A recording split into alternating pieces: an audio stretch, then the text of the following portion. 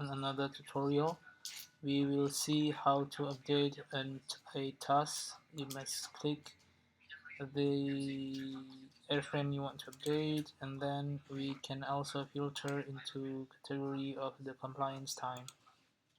Click we need to update the overdue task, and then we click this to see the details of the task is already due, because the next due is 15 February 2026, and it was occurrence which occurred first. Then we need to update it. Perhaps we have received the DFB, which have been uh, closed on the same date, but not on the next on 2025.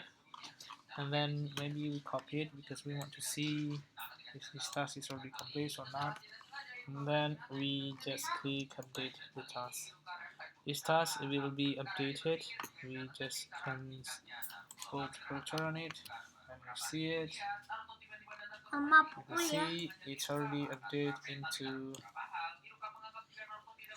6th February 2028. If you see the view, it shows that the task is already updated on 7 January 2025.